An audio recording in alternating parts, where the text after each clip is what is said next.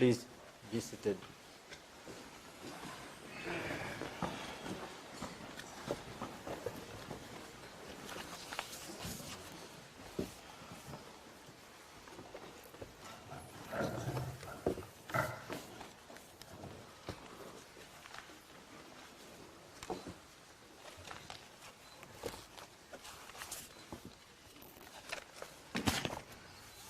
Good morning to all, and welcome to this public hearing.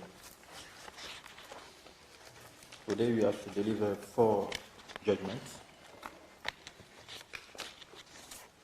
namely Shukurani, Masegenya, Mangara, and others versus United Republic of Tanzania, Godfred, Antony, and Kifunda, Isite versus United Republic of Tanzania, Benedicto Mallya versus United Republic of Tanzania, and Majid, alias Vedatus versus United Republic of Tanzania.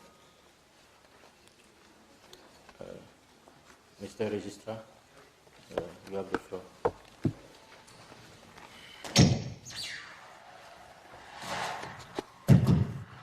Thank you.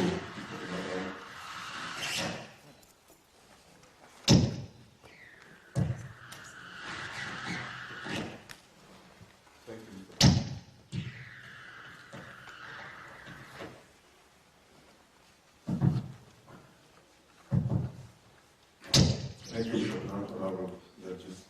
just to confirm that the first case, the Shukurani Mangara offers against the United States of Tanzania, the case number 008-15. Just to confirm that all parties are represented in the matter. Okay. Thank you very much. Yes.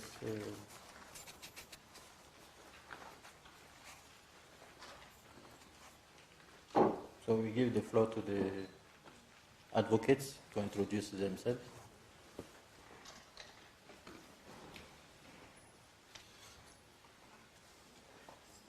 Microphone.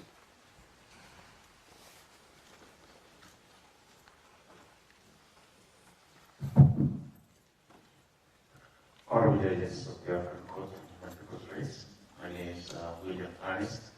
I represent Thobias. Okay.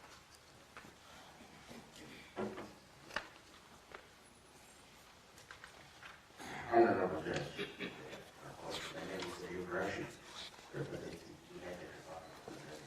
Okay.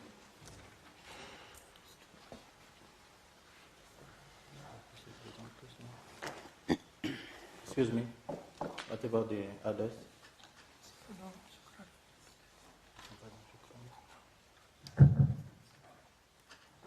Honorable judges of the African Court, my name is Godfred, representing Benedicto.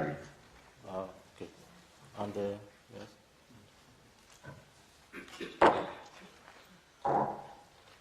Bonjour Monsieur le Président, Mesdames, Messieurs de la Cour, mon nom c'est Isite, je suis avocat au barreau du Bénin. Je suis ici dans le cadre de l'affaire Sébastien contre l'État du Bénin. Le cadre numéro.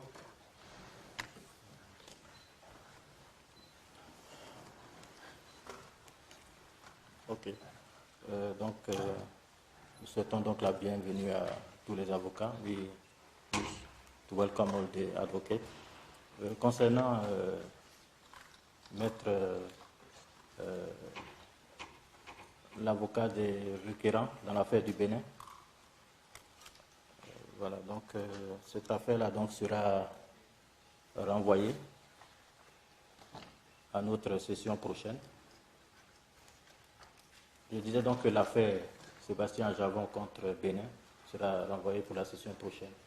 Parce que comme vous le savez, hein, tout comme au plan national, on a souvent des ajustements à faire, des détails qui, souvent de dernier moment, qui nous permettent d'affiner peut-être notre jugement, de sorte que nous n'avons pas encore achevé cette affaire. Donc, nous souhaitons que vous n'en teniez pas rigueur à la Cour. C'est que vous venez de loin, contrairement avocats qui sont ici en Tanzanie, mais nous faisons en tout cas tout le nécessaire pour que la décision soit rendue, notamment à la session prochaine. La session prochaine a donc lieu en novembre prochain. Et plus de détails vous seront fournis en tout cas concernant la suite de cette affaire. Donc, toutes nos excuses et donc nous vous souhaitons un bon retour. Merci beaucoup, M. le Président. Je ne peux qu'en prendre acte. Micro, excusez-moi.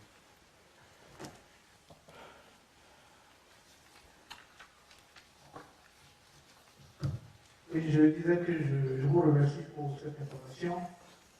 Je ne peux qu'en prendre acte. Je fais le déplacement de la recherche précisément pour cette affaire-là. Je voudrais aimer partir avec une décision. Je me dis devant la décision de la Cour, en espoir que la prochaine étape sera communiquée très prochainement. Merci beaucoup, maître. Merci beaucoup.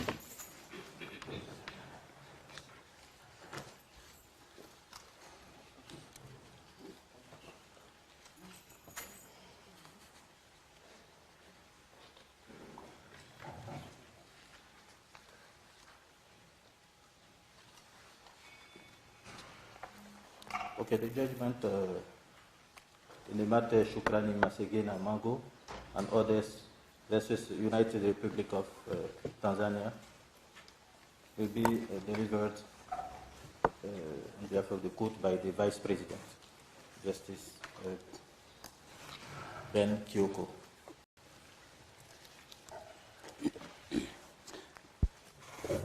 Thank you, Mr. President.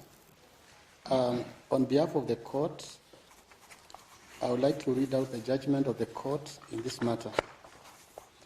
The court composed of Sylvain Ore, the President, Ben Kyoko, Vice President, Rafa Benashu, Angelo V. Matuse, Suzanne Menge, Therese Mukamuliza, Tujilane R. Chisumila, Shafika Ben Saula, Blaise Shikaya, and Stella Anukam judges, and Robert Eno, registrar. In accordance with Article 22 of the Protocol to the African Charter on Human and People's Rights, on the establishment of an African Court on Human and People's Rights, hereinafter referred to as the Protocol, and Rule 8.2 of the Rules of Court, hereinafter referred to as the Rules, Justice Imani D. Abud, member of the court and a national of Tanzania, did not hear the application.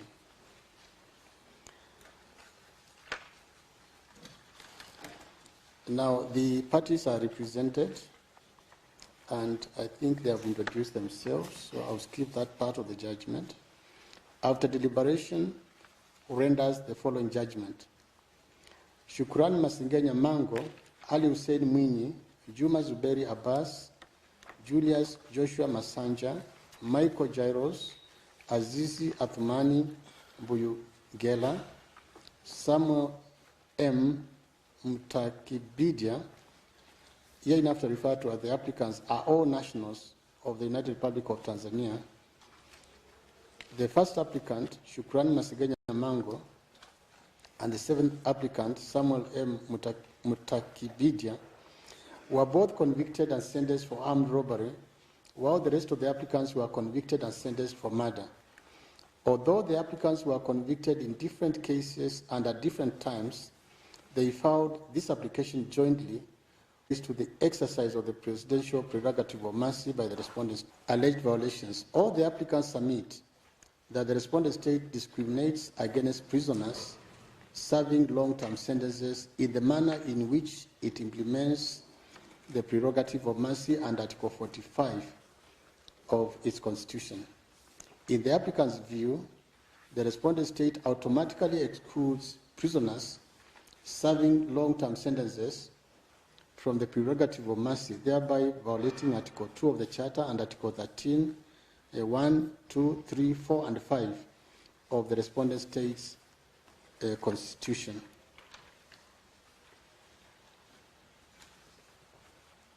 The applicants further contend that prisoners serving long-term sentences are isolated and discriminated against based on their social or economic status, since they do not earn a pardon on the basis of their good behavior after serving 1/3 of their sentences, unlike all other prisoners. This, the applicants contend, is in violation of Article 3, 19, and 28 of the Charter. The applicants further submit that the respondent state treats prisoners convicted of corruption and other economic crimes lightly and favorably compared to other prisoners, since they can access the presidential pardon twice, a condition which is not afforded to other convicts. The applicants contend that this violates Article 3.1 and 2 of the Charter, Article 7 of the Universal Declaration of Human Rights, which hereinafter is referred to as the UDHR, and Articles 107A, 2A of the respondent state's constitutions. The applicants also submit that the respondent state's implementation of the prerogative of mercy discriminates among prisoners who are convicted for the same offense, since some are released while others are condemned to life in prison. In the applicant's view, this amounts to a violation of Article 4 of the Charter. It is also the applicant's submission that Section 445 and 446 of the Prison Standing Orders for the edition of 2003 directs that every case involving a sentence of life imprisonment should be submitted to the President for review. The applicants aver that these provisions are not being implemented by the respondent state, especially in connection with the prisoners serving long-term sentences. The applicants further submit that the respondent state applies parole discriminately, only benefiting those convicted of minor offenses. According to the applicants, this distinction in the implementation of the law and the denial of parole is cruel and amounts to a violation of Article 9(1) and 2 of the Charter and Article 5 of the UDHR. The applicants also submit that prisoners do not get paid for the work they do while in prison, and that upon release they are not given a starting capital or pension, but simply abandoned, which is in violation of Article 15 of the Charter. I'm going to skip a number of pages. I think it's not necessary to read all of them. And I go straight to paragraph 38. In terms of Article 6.2 of the protocol, the court shall rule on the admissibility of cases, taking into account the provisions of Article 56 of the Charter. Pursuant to Rule 39(1) of the rules, the court shall conduct preliminary examination of the admissibility of the application in accordance with Article 50 and 56 of the Charter and Rule 40 of these rules. Paragraph 40. While the parties do not dispute that some of the admissibility requirements have been fulfilled, the respondent state raises two objections. The first one relates to the exhaustion of domestic remedies, and the second one relates to whether the application was filed within a reasonable time after the exhaustion of domestic remedies. The respondent state avers that the applicants did not exhaust local remedies because they never raised the allegations presented to this court before any of its municipal courts.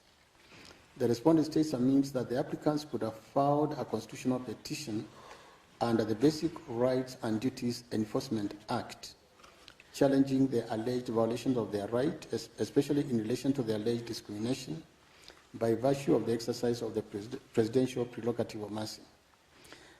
The respondent state further submits that except for the first applicant, the fifth applicant, and the sixth applicant, all the other applicants never applied for review of their original cases, though they lodged appeals at the Court of Appeal, which were dismissed. The applicants aver that convicts serving long-term sentences who exhaust all local remedies in their original cases have no other available domestic remedy, and that the only opportunity to address their grievances is found under Article 45 of the Constitution of the respondent state, which refers to the prerogative of mercy by the President of the respondent state. The applicants also submit that it's useless for them to utilize the avenue provided by the Basic Rights and Duties Enforcement Act, since the respondent state's courts are not independent, fair, and just in adjudicating matters that involve the judicial system itself. In their reply, the applicants further submit that all of them, except the second applicant, appealed to the Court of Appeal against their convictions, but the appeals were dismissed.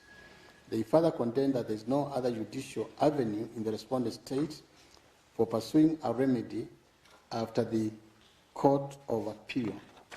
The court notes that the crux of the respondent state's objection is that the applicant should have first filed a constitutional petition challenging, among other things, the constitutionality of the Prisons Act and the Parole Act. The court also notes that the gravamen of the applicant's case revolves around the manner in which the respondent state has implemented the presidential prerogative of mercy. All the other violations alleged by the applicants have in one way or the other been linked to the exercise of the prerogative of mercy. In resolving the admissibility of the application, the court considered it apposite to make a distinction among the applicants before pronouncing itself on this issue. On the one hand, all the applicants are primarily alleging a violation of their rights to equality and non-discrimination by reason of the exercise of the presidential prerogative of mercy. And on the other hand, the first applicant and the seventh applicant, in addition to the claims made by everyone else, are also challenging the legality of their sentences for armed robbery. The court will proceed to deal with these allegations seriatim. In relation to the alleged violation of the applicant's rights by reason of the exercise of the presidential prerogative of mercy, the court notes that the applicants do not dispute that the avenue offered by the Basic Rights and Duties Enforcement Act was available to them, whereby they could have challenged before the High Court the alleged violation of their rights. Instead, the applicants contend that it is so useless, and I'm quoting, it's so useless and senseless to refile an application to the High Court of the respondent state, since the tribunal court is not independent, fair, and just in adjudicating justice to the parties, particularly to which refers to judicial system.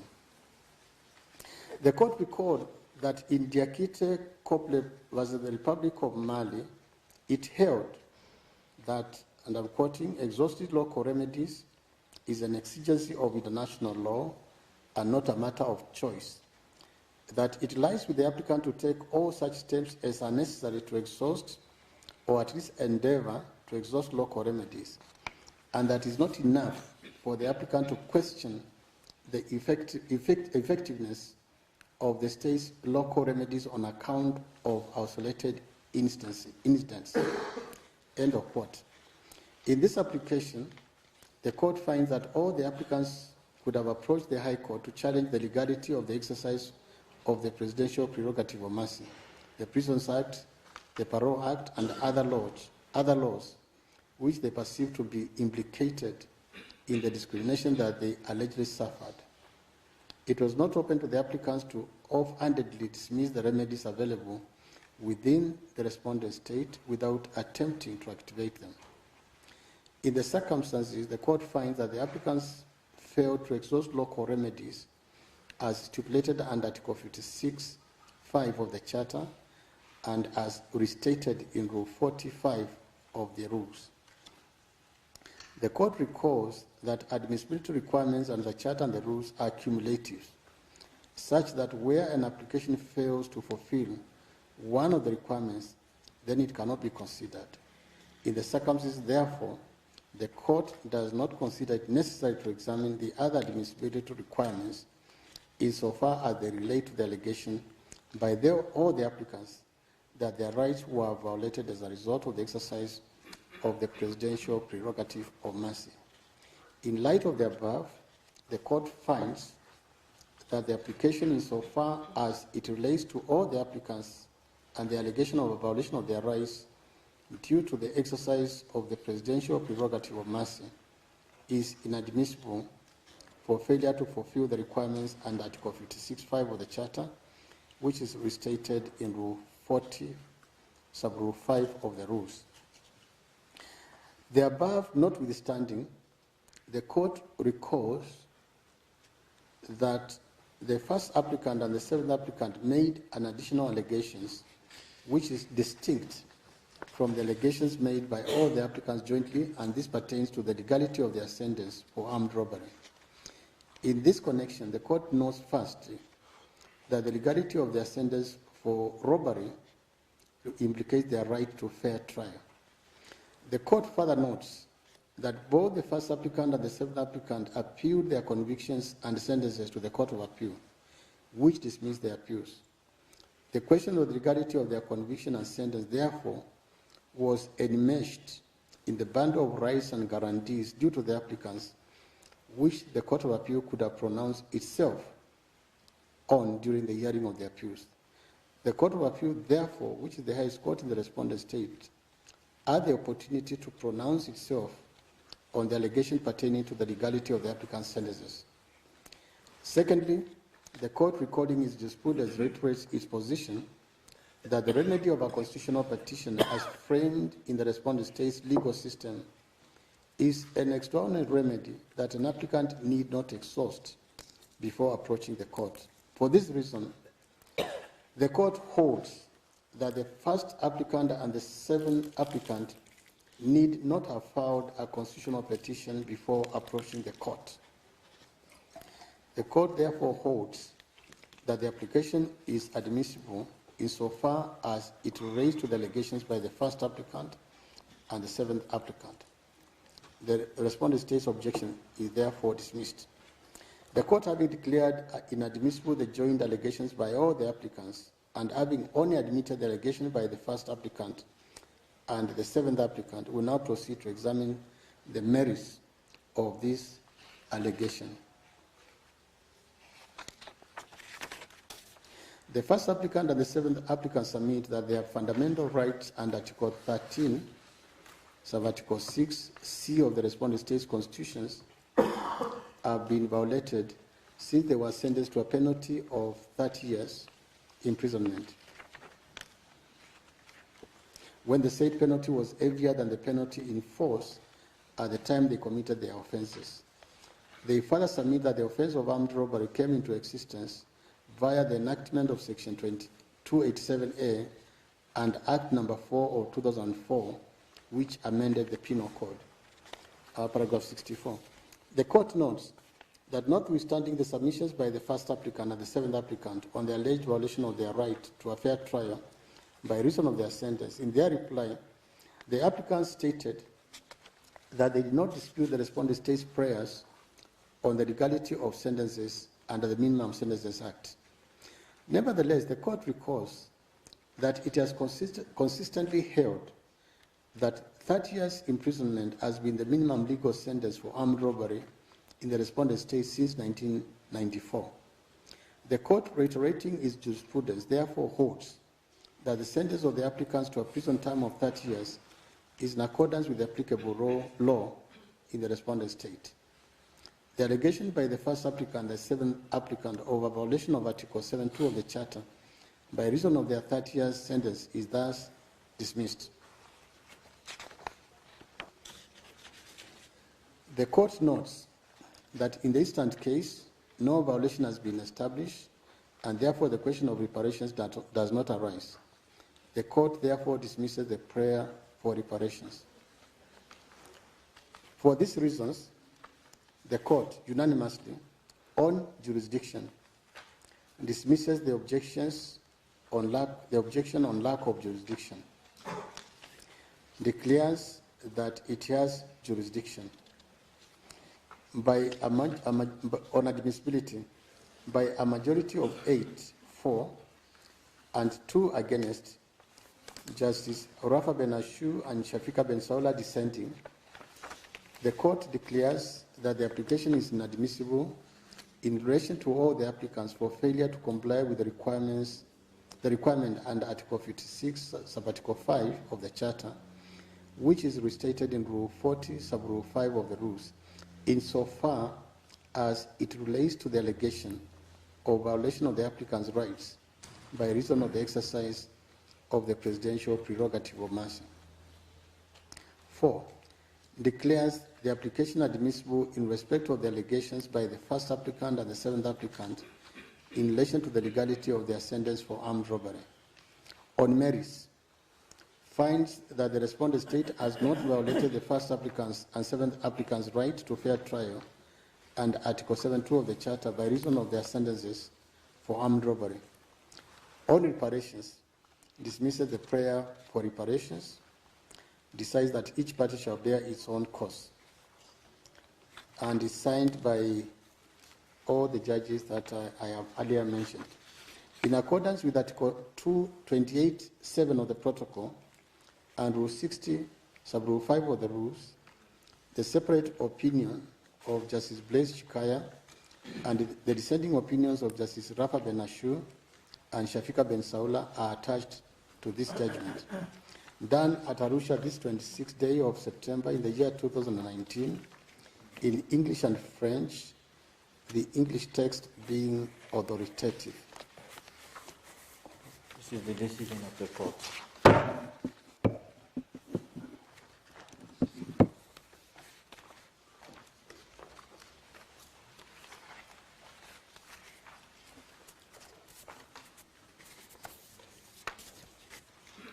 Godfred, Antony, and Kifunda, Isite versus United Republic of Tanzania. This judgment will be delivered by Justice Shizumida. In this matter, the bench is composed of the same judges as those in the first matter of Shukurani Mango, so I will not repeat the names of the judges.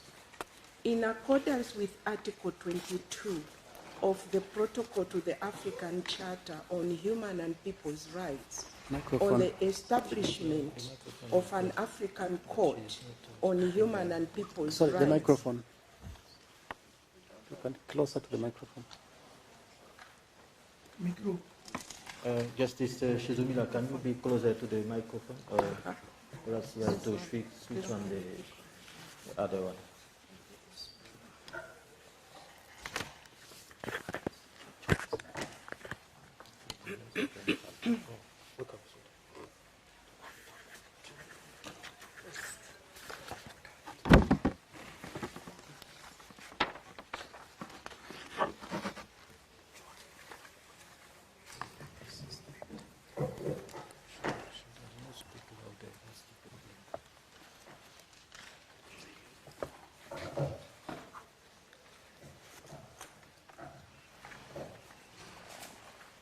I will start again. In this matter, the bench is composed of the same judges as the ones in the first matter of Shukurani Mango, so I will not repeat the names of the judges. In accordance with Article 22 of the Protocol to the African Charter on Human and People's Rights, on the establishment of an African Court on Human and People's Rights, and Rule 8.2 of the Rules of Court, Justice Imani D. Aboud, member of the court and a national of Tanzania, did not hear the application. The applicants, Godfred, Antony, and Kifunda Isite, are self-represented. The United Republic of Tanzania is represented. After deliberation, the court renders the following judgment. The parties, Messrs. Godfred, Antony, and Mr. Kifunda Isite, are nationals of the United Republic of Tanzania, each currently serving 30 years prison sentence following their conviction of conspiracy to commit a felony and for armed robbery. The respondent state, the United Republic of Tanzania, became a party to the African Charter on Human and People's Rights on 21 October 1986 and to the protocol on 10 February 2006. Furthermore, on 29 March 2010, the respondent state deposited the declaration required under Article 34.6 of the protocol, by which it accepted the jurisdiction of the court to receive cases from individuals and non-governmental matters and non-governmental organizations. The applicants allege that the respondent state violated their rights under the respondent state's constitution and the charter as follows. A, the conviction and the sentence imposed on them was non-existent and unconstitutional, and therefore contravenes Article 13b(c) of the Constitution of the United Republic of Tanzania. B, the applicants also allege that the respondent state violated their right under Article 7.1 of the Charter, as they did not benefit from free legal assistance. C, the applicants claim that they were not equally protected within the law by the respondent state, and this violates Article 3 of the Charter. D, the applicants further assert that the respondent state inflicted upon them mental and physical suffering by imposing on them a sentence which is excessive and illegal, thereby violating the Charter. The applicants pray the court to, 1, make a declaration that the respondent state violated their rights as guaranteed under Articles 1, 2, 3, 4, 5, 6, and 7, 1c, and 2 of the Charter. 2, issue an order compelling the respondent state to release them from prison. 3, order reparations should the court find merit in the application. 4, supervise implementation of the court's orders and any other decisions that the court may make in their favor.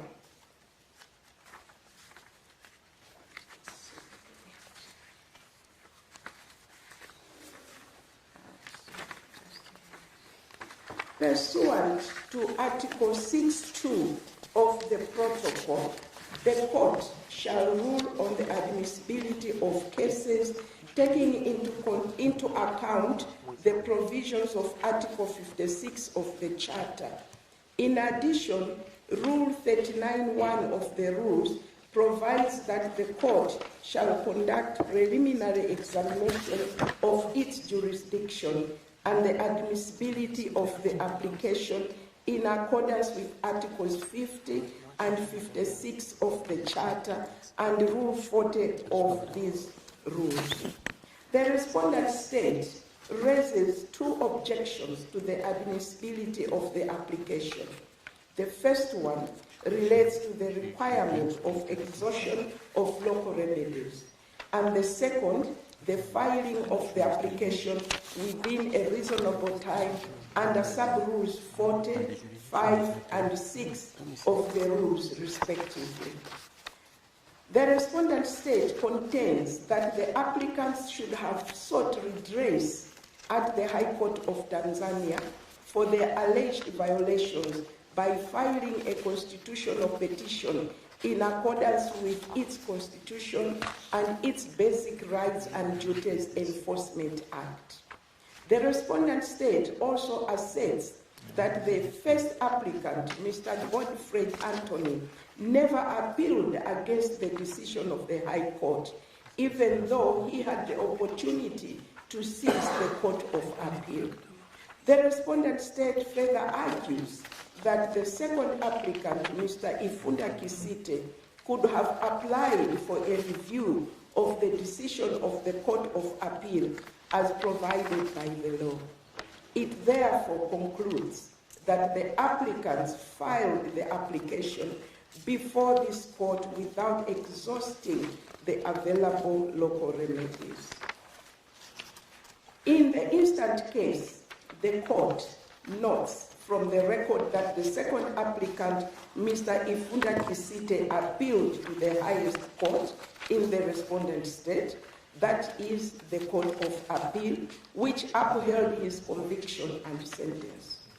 The first applicant, Mr. Godfred Antony, appealed only to the High Court following his conviction by the District Court.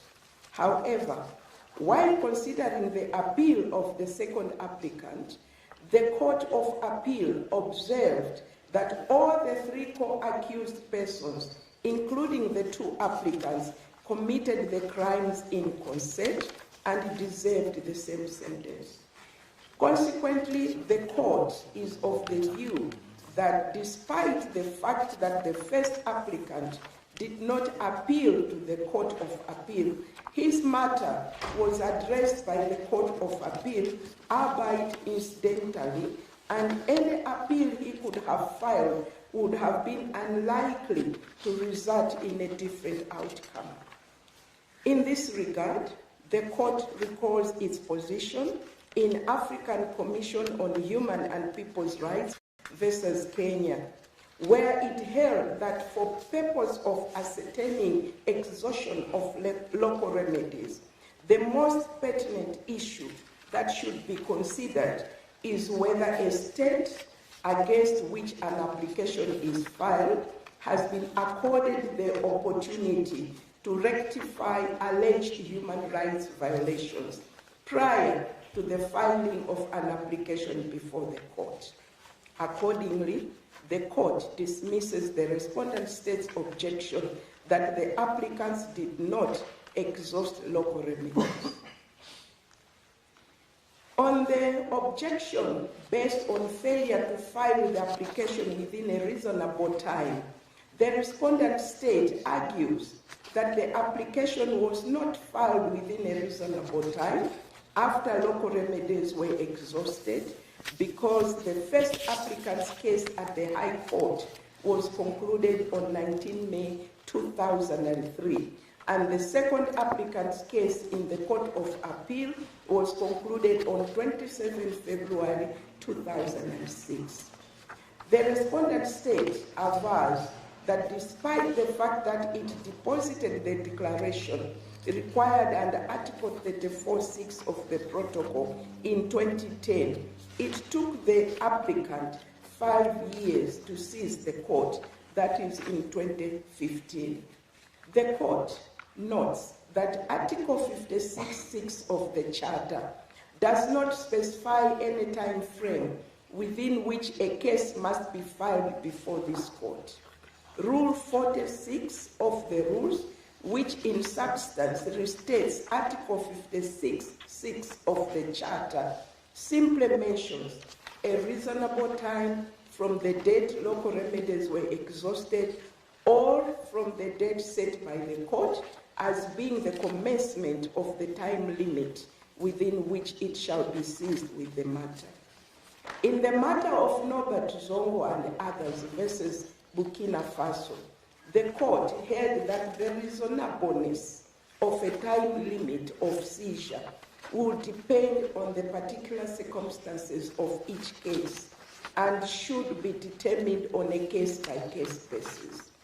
Some of the circumstances that the court has taken into consideration include imprisonment, being lay without the benefit of legal assistance, indigence, illiteracy, lack of awareness of the existence of the court, intimidation and fear of reprisal, and the use of extraordinary remedies. In the instant application, the court observes that the judgment of the Court of Appeal in Criminal Appeal number 47 of 2003 was delivered on 21 May 2004. However, the applicants were able to file the application before this court only after 29 March 2010. the date that the respondent state deposited the declaration required under Article 36(4) of the protocol for individuals to have direct access to the court. Nearly 5 years and 4 months elapsed between 29 March 2010 and 13 July 2015, when the applicants filed their application before this court. The issue for determination is whether the 5 years and 4 months that the applicants took to file the application before the court is reasonable. The court recalls its jurisprudence in the matter of the beneficiaries of late Norbert Zongo, Abdullahi Nikiema, alias Ablazi, Ernest Zongo, Blaise Ilbodo, and Movement Burkinabe de Trois de l'Homme, where it held that the purpose of Rule 46 of the rules is to guarantee judicial security by avoiding a situation where authorities and other concerned persons are kept in a situation of uncertainty for a long time. Also, to provide the applicant with sufficient time to reflection to enable him appreciate the opportunity of bringing a matter to court if necessary. And finally, to enable the court to establish the relevant facts relating to the matter. Further, in Amiri Ramadhani versus Tanzania and Christopher Jonas versus Tanzania, the court decided that the period of 5 years and 1 month was reasonable, owing to the circumstances of the applicants. In these two cases, the court took into consideration the fact that the applicants were imprisoned, restricted in their movements, and with limited access to information. They were lay, indigent, did not have assistance of a lawyer in their trials at the domestic court, were illiterate, and were not aware of the existence of the court. In the instant case, the court notes that although the applicants are also incarcerated and thus restricted in their movement, they have not asserted or provided any proof that they are illiterate, lay, or had no knowledge of the existence of the court. The applicants have simply described themselves as indigent. The court further notes that the applicants were represented by legal counsel in their trial and appeals at the domestic level, but they did not file for review of their final judgments. Overall, while the court has always considered the personal circumstances of applicants in determining the lapse of reasonable time taken before ceased of a matter, the present applicants have not provided the court with any material evidence on the basis of which the court can conclude that the period of 5 years and 4 months was a reasonable period of time taken to file their application before this court. In the circumstances, the court finds that the application does not comply with the requirement under Rule 46 of the rules. In the light of the foregoing, the court holds that the applicants have failed to comply with Rule 46 of the rules and upholds the respondent state's objection in this regard.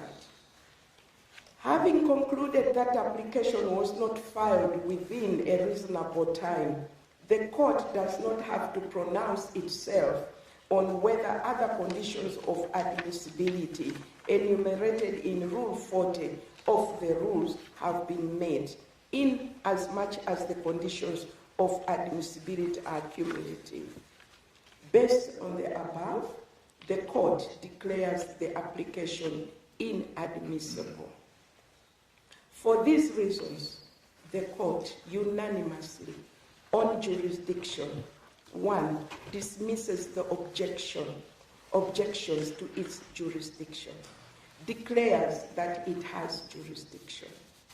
On admissibility, dismisses the objection to the admissibility of the application based on of exhaustion of local remedies. Declares that the application was not filed within a reasonable time. Declares that the application is inadmissible. On costs, decides that each party shall bear its own costs. The judgment is signed by all the judges mentioned above. Done at Arusha, this 26th day of the month of September in the year 2019 in English and French, the English text being authoritative. So it's the decision of the court.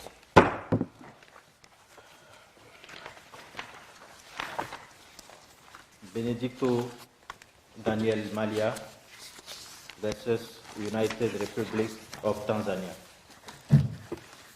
Judgment will be delivered, will be read. Thank you, Mr. President. Good morning. In the two early judgments before the district court of Moshe, he was 15 years old at the time he was sentenced. The application is filed against the United Republic of Tanzania, given up and Peru as the Republic, as the respondent state. Subject of the application, facts of the matter. The applicant was convicted by the District Court of Moshe, Tanzania, on 16 May 2000 of the rape of a 7-year-old girl and sentenced to life in prison. On 19 May 2000, he filed a notice of appeal to the High Court of Tanzania at Moshe, challenging his conviction and sentence. He further states that since filing the notice of appeal, he was not provided with certified true copies of the record of proceedings and judgment to enable him to file appeal at the High Court. He asserts that he sent several letters to the district registrar of the High Court of Tanzania at Moshe to follow up on the provision of these documents to no avail. The applicant submits that he filed a constitutional petition at the High Court of Tanzania seeking to enforce his constitutional rights under Article 13(6)(a) of the Constitution of the United Republic of Tanzania, but that the process was hindered by difficulties. It emerged from the record that the applicant did not indicate the date he filed the constitutional petition to the High Court. The applicant avers that on 1st September 2015, he filed his application before the court, and it is only after filing that in February 2016, the respondent state provided him the certified true copies of the record of proceedings in the judgment of criminal case 1142 of 1999 before the district court of Moshe. On 9 February 2016, the High Court at Moshe, of its own motion, in criminal appeal number 74 of 2015, called for the applicant's records. Subsequently, on 15 February 2016, the court ordered a hearing of the appeal and ordered that the memorandum of appeal be served on the applicant. According to the respondent state, on 22 February 2016, the appeal was considered in the applicant's presence and the prosecution did not object to the appeal. The High Court then allowed the appeal, quashed the conviction, set aside the sentence, and ordered the applicant's release on the ground that the evidence relied on by the District Court of Moshe was flawed. The applicant alleged that after serving 15 years and 9 months in prison, he was released sometime in May 2016. Alleged violations. The applicant alleged the following: that the respondent state violated his right to have his cause heard, specifically his right to appeal as provided under Article 7(1)(a) of the African Charter on Human People's Rights, and that his right to a fair and expeditious trial was denied.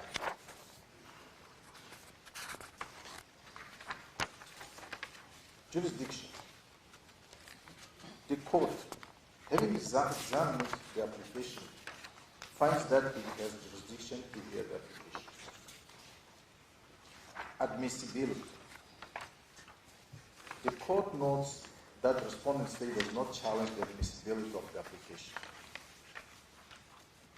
The court further notes that nothing on record indicates that the admissibility requirements of the rules have not been met.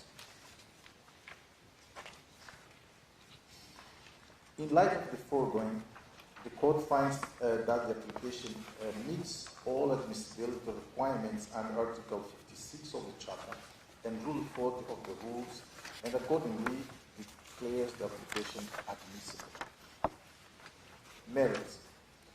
The applicant alleges violation of the right to appeal, the right to be heard within a reasonable time, and the right to liberty, as provided for under Articles 7(1)(a) and D and 6 of the Charter, respectively.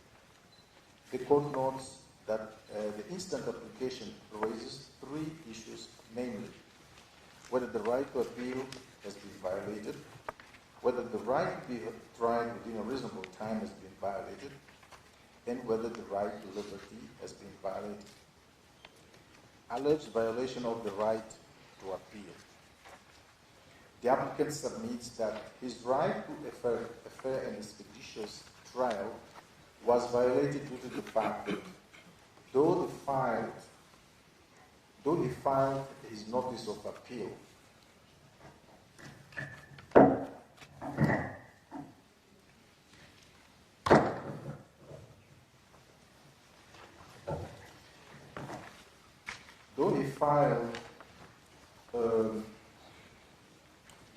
his notice of appeal 3 days after the judgment of the district court, he was never supplied with the certified true copies of the record of proceedings and of the judgment.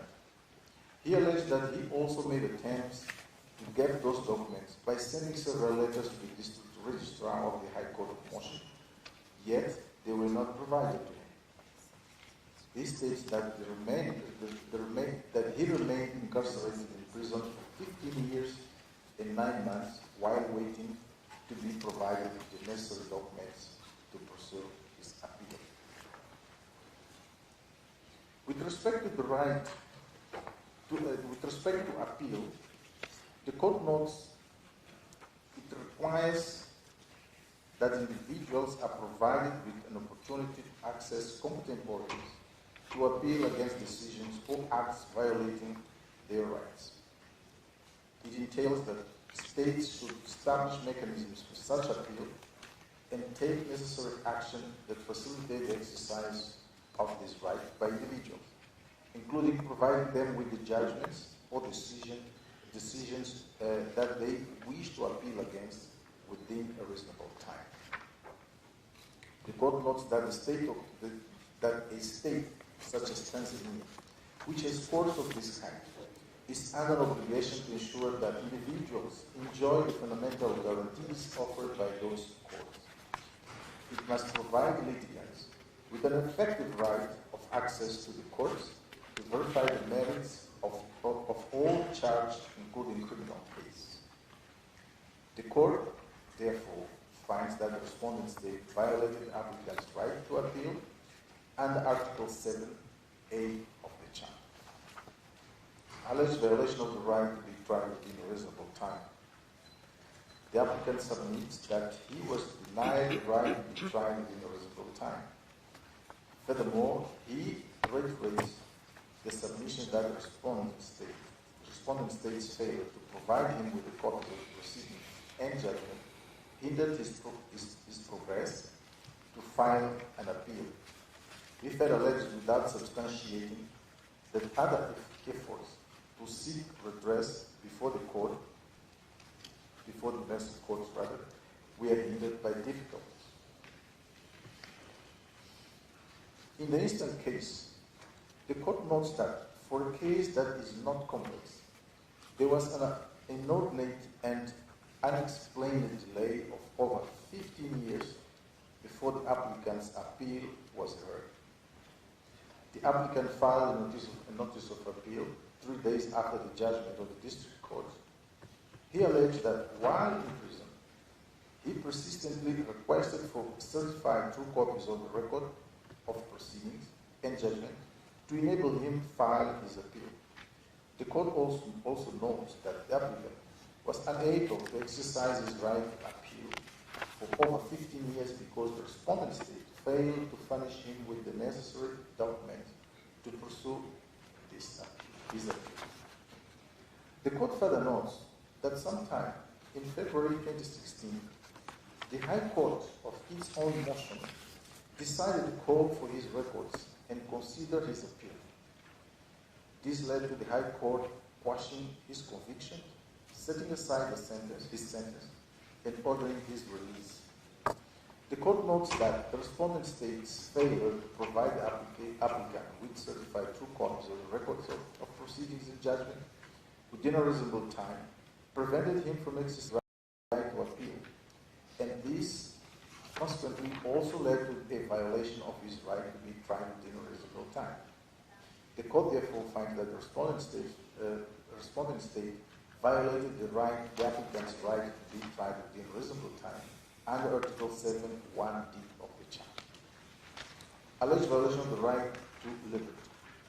The applicant states that the respondent state violated his right to liberty due to his inability to appeal against his conviction and sentence because of the respondent state's failure to provide him with the required documents to do so, which led to his continued arbitrary imprisonment.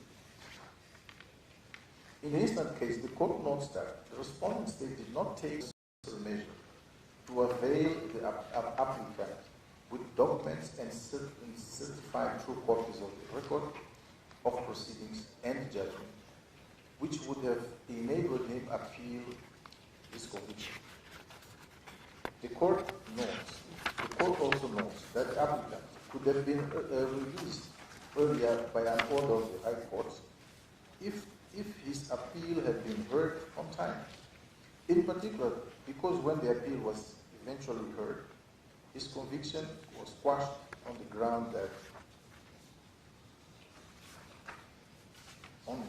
evidence relied on by the district court was flawed. It turned out that the requested documents were only provided after he filed this appeal before this court.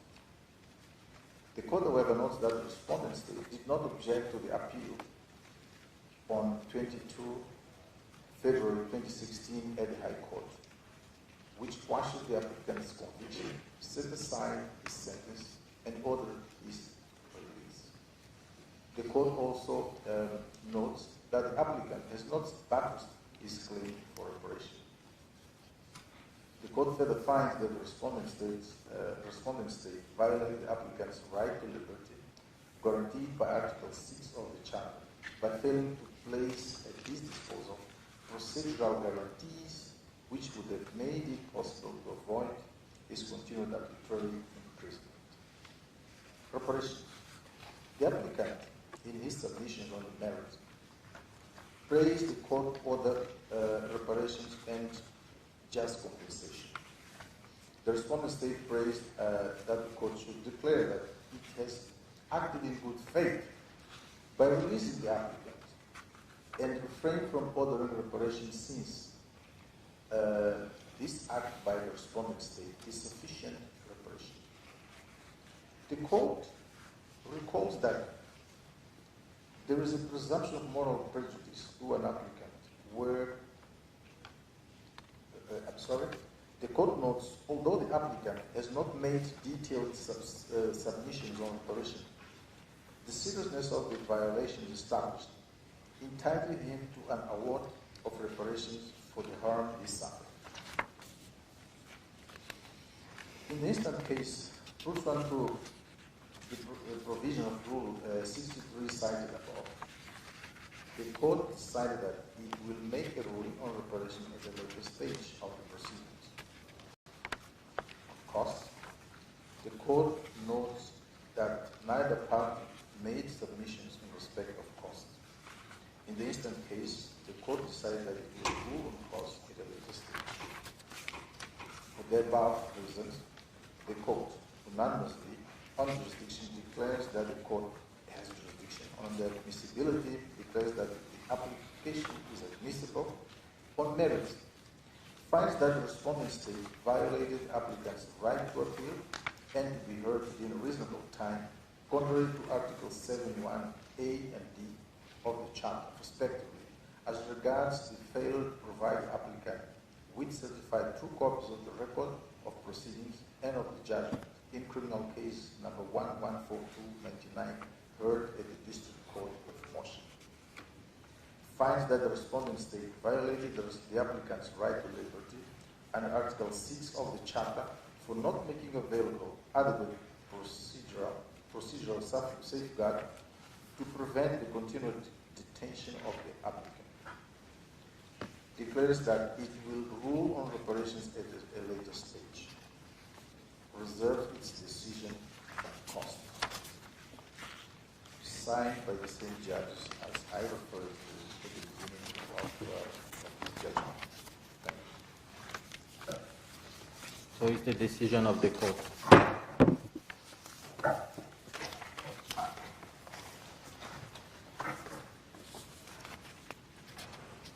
The last judgment to be read, Majid, alias Vedatus versus United Republic of Tanzania. Judgment to be read by Justice Anukam. Thank you, Mr. President.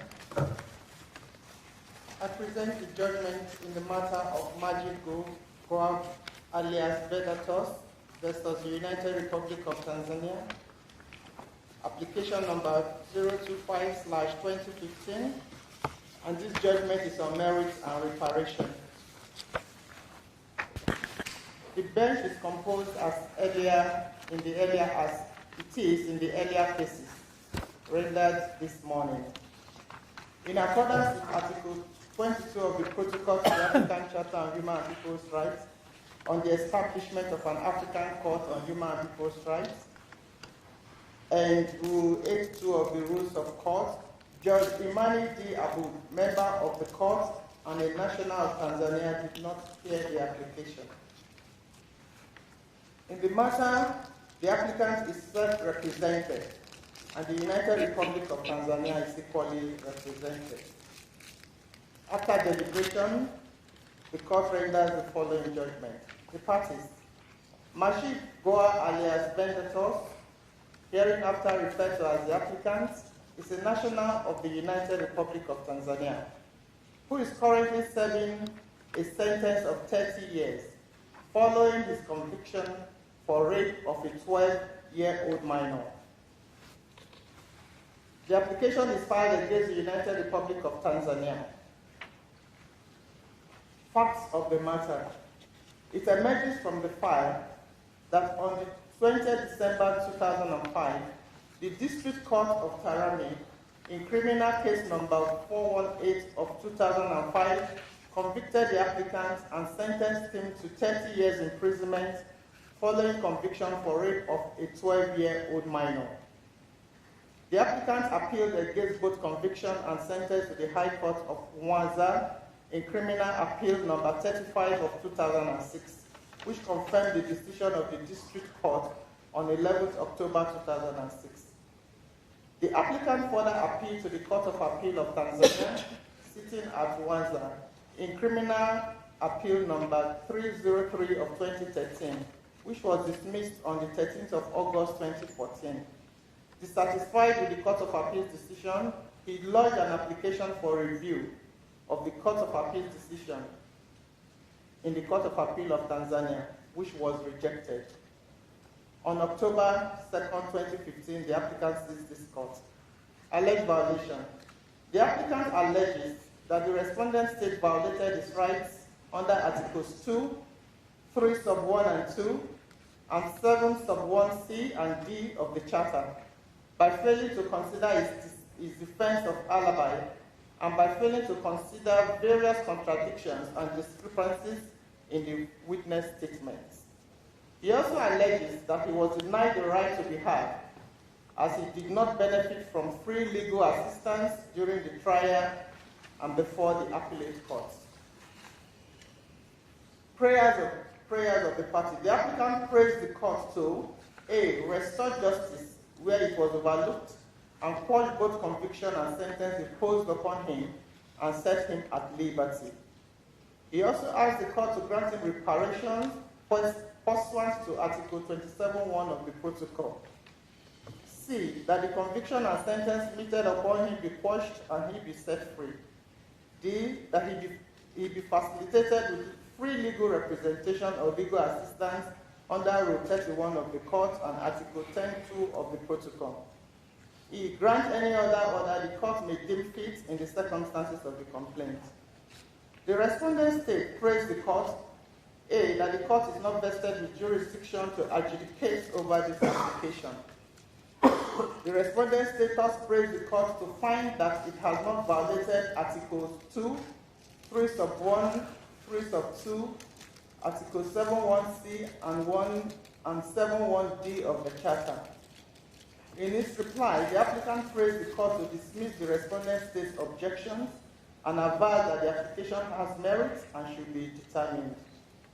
Jurisdiction. Pursuant to Article 3.1 of the Protocol, the jurisdiction of the court shall extend to all cases and disputes submitted to it concerning the interpretation and application of the Charter, this protocol, and any other relevant human rights instrument ratified by the states concerned. In accordance with Rule 39.1 of the rules, the court shall conduct preliminary examination of its jurisdiction. The respondent state raises an objection to the material jurisdiction of the court. The respondent state avers that the jurisdiction of the court has not been properly invoked by the applicants. In this regard, it asserts that Article 3.1 of the Protocol and Rule 26 of the rules only affords the court jurisdiction to deal with cases or disputes concerning the application and interpretation of the Charter, the Protocol, and any other human rights instrument ratified by the concerned state.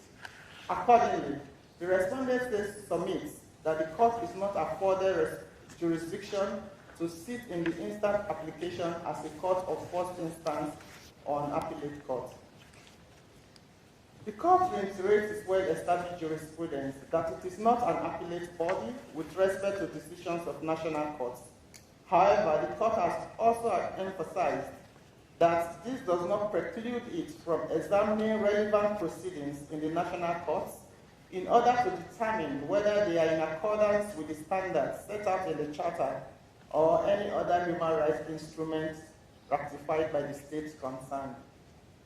The court notes that the instant application raises allegation of human rights violation protected under Articles 2, 3, and 7 of the Charter, and by considering them in light of international instruments, it does not arrogate to itself the status of an appellate court or the court of first instance. Accordingly, the respondent state's objection in this regard is dismissed. The court holds that it has material jurisdiction.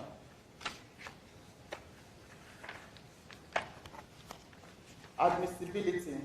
In terms of Article 6.2 of the Protocol, the court shall rule on the admissibility of cases taking into account the provisions of Article 56 of the Charter.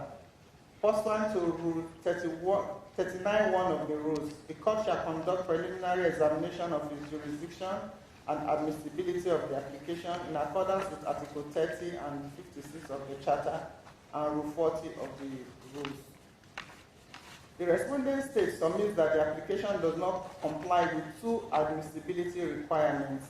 namely relating to the exhaustion of local remedies provided for under Rule 45 and relating to the need for applications to be filed within a reasonable time after exhaustion of local remedies provided for under Rule 46 of the rules. The respondent state contends that the applicant raises allegation of violation of his rights to equality before the law, the equal protection of the law, and the right to a fair hearing, both of which are guaranteed and protected in Articles 12 to 29 of the Constitution of the United Republic of Tanzania. The court knows from the records that the applicant filed an appeal against his conviction before the High Court, which was decided against him on the 11th of October 2006, following which he seized the Court of Appeal of Tanzania, the highest judicial organ of the respondent state, and the Court of Appeal upheld the judgment of the High Court on the 13th of August 2014. Moreover, this court has stated in a number of cases involving the respondent state that the remedies of constitutional petition and review in the Tanzania judicial system are extraordinary remedies that the applicant is not required to exhaust prior to seizing this court. It is thus clear that the applicant has exhausted all available domestic remedies. For this reason, the court dismisses the objection that the applicant has not exhausted local remedies. Objection based on the ground that the application was not filed within a reasonable time. The respondent state argues that the application was not filed within a reasonable time, pursuant to Rule 46 of the rules. It submits that the applicant's case at the domestic court was concluded on the 13th of August 2014, and it took 1 year and 1 month for the applicant to file his case before this court. The court recalls its jurisprudence in which it held that the reasonableness of the time frame for seizure depends on the specific circumstances of the case and should be determined on a case-by-case basis. The court notes that the applicant is in prison, restricted in his movement, and with limited access to information. The applicant also did not benefit from free legal assistance throughout his initial trial and appeals. He chose to use the review procedure of the Court of Appeal on the 8th of September 2014, even though it is not a remedy required to be exhausted, so as to file an application before this court. These circumstances, taken together, contributed to the applicant seizing the court 1 year, 1 month, and 20 days after the exhaustion of local remedies. Consequently, the court observed that the time taken by the applicant to seize it, that is 1 year, 1 month, and 20 days, after the exhaustion of local remedies is reasonable and accordingly dismisses the objection raised.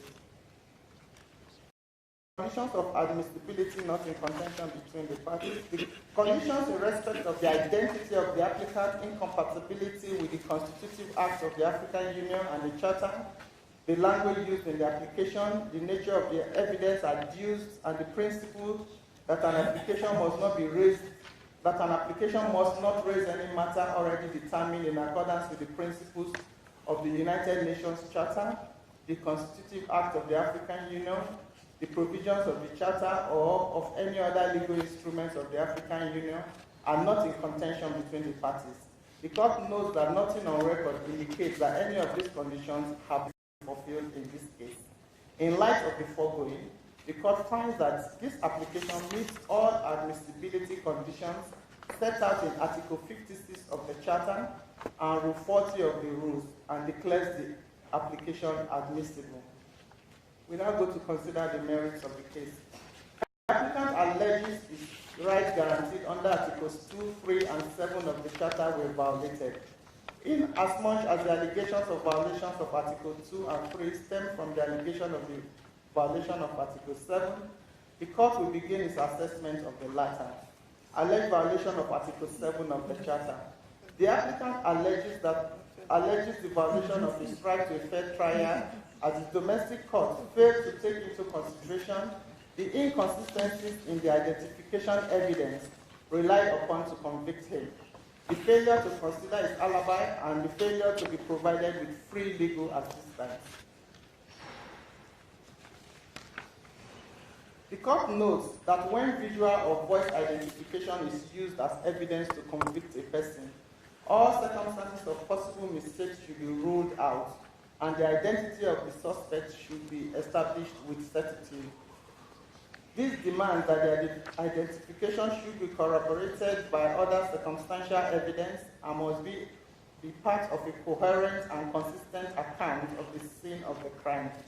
In the instant case, the record before this court shows that the domestic court convicted the applicant on the basis of evidence of visual identification tendered by 4 prosecution witnesses.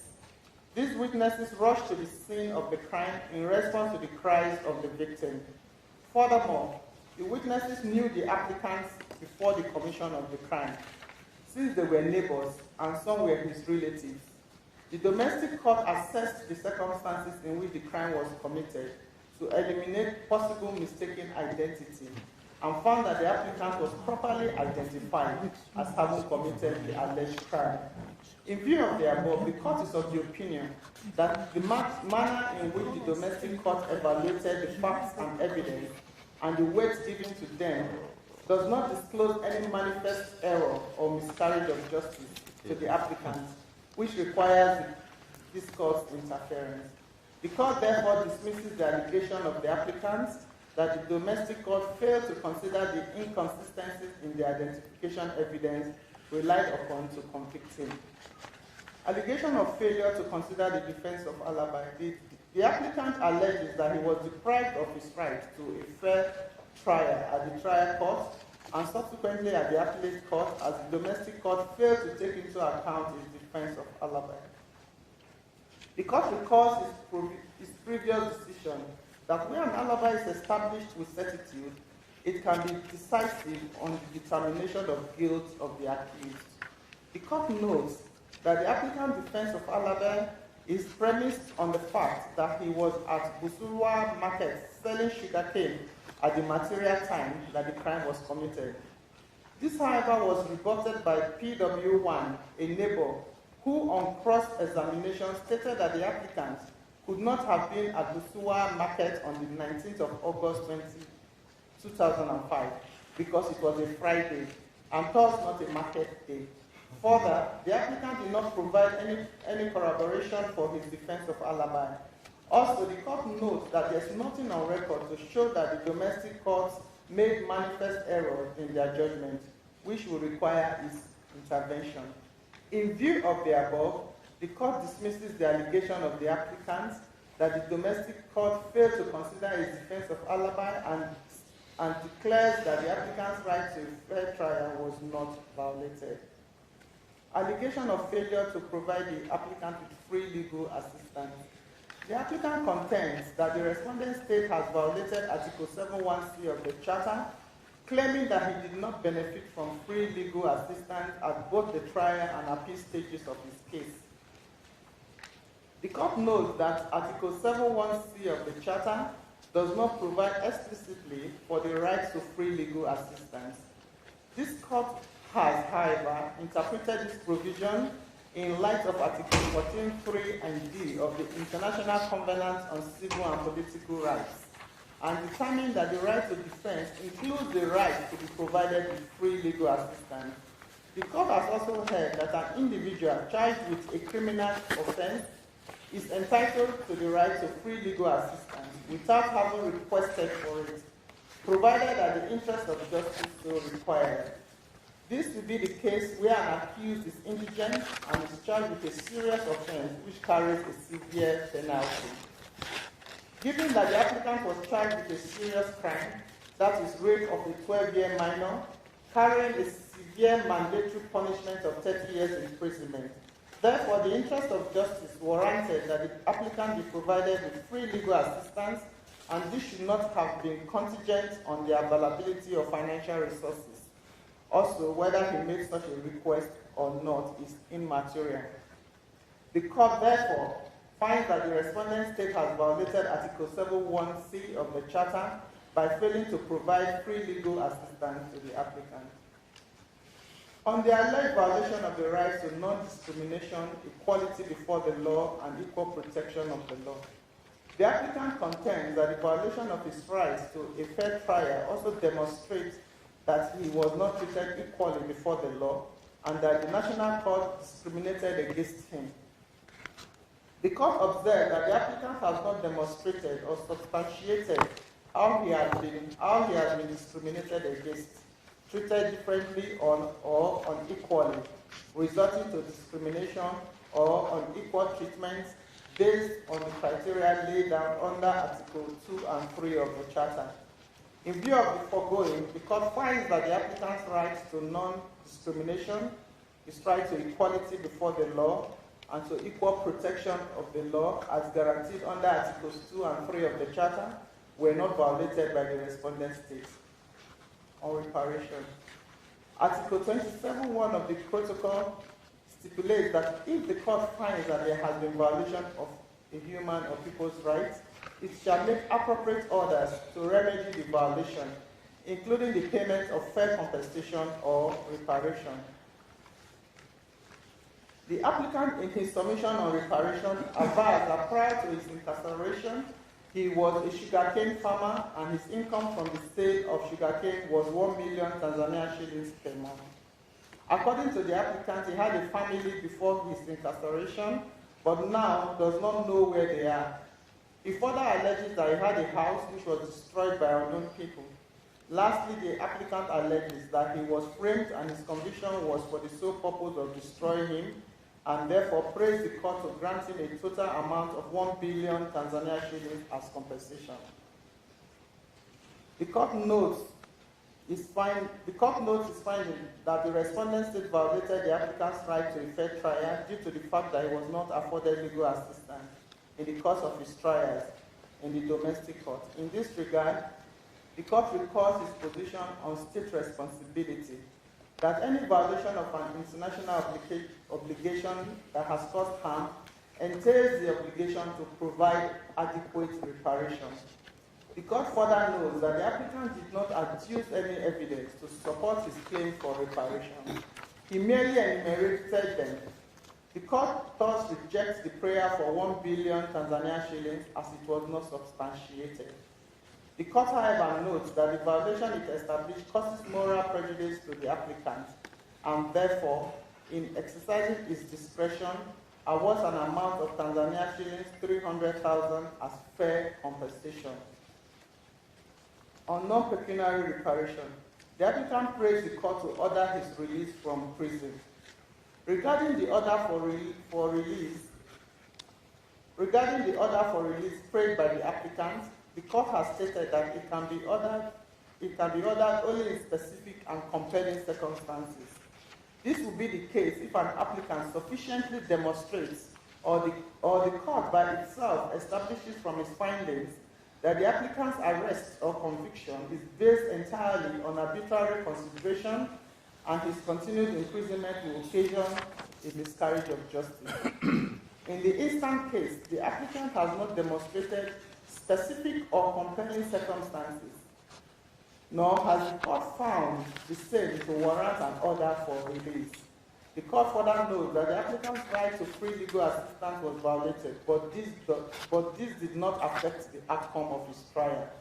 In view of the foregoing, the court dismisses the applicant's prayer for release. On cost. Pursuant to Rule 30 of the rules, unless otherwise decided by the court, each party shall bear its cost. In the instant case, the court rules that each party shall bear its own cost. For these reasons, the court unanimously, on jurisdiction, dismisses the objection on material jurisdiction of the court, declares that it has jurisdiction. On admissibility, dismisses the objection to the admissibility of the application, declares it admissible. On merit, holds that the respondent state has not violated Article 7.1 of the Charter in evaluating the identification evidence and the defense of alias. Holds that the respondent state has violated the applicant's right to a fair trial by failing to provide him with free legal aid contrary to Article 7, sub 1 and C of the Charter and Article 14, sub 3 and D of the ICCPR. On reparation, on pecuniary reparation, grants the applicant's prayer for reparation for prejudice suffers and awards him the sum of Tanzania shillings 300,000. Orders the respondent state to pay the sum awarded above free from tax as fair compensation to be made within 6 months from the date of notification of this judgment, failing which it will be required to pay interest on arrears calculated on the basis of the applicable rates of the Central Bank of Tanzania throughout the period of delayed payment until the amount is fully paid. On non-pecuniary reparation, dismisses the applicant's prayer for the court to order his release from prison. On implementation and reporting, orders the respondent state to submit a report on the status of the implementation of this decision set forth herein within 6 months from the date of notification of this judgment. On cost, orders that each party shall bear its own cost. This judgment is duly signed by all the judges and is done at Arusha this 26th day of September in the year 2019 in English and French, the English text being authoritative. This is the decision of the court, and also the hand of the public delivery of the judgments of this session. Thank you very much.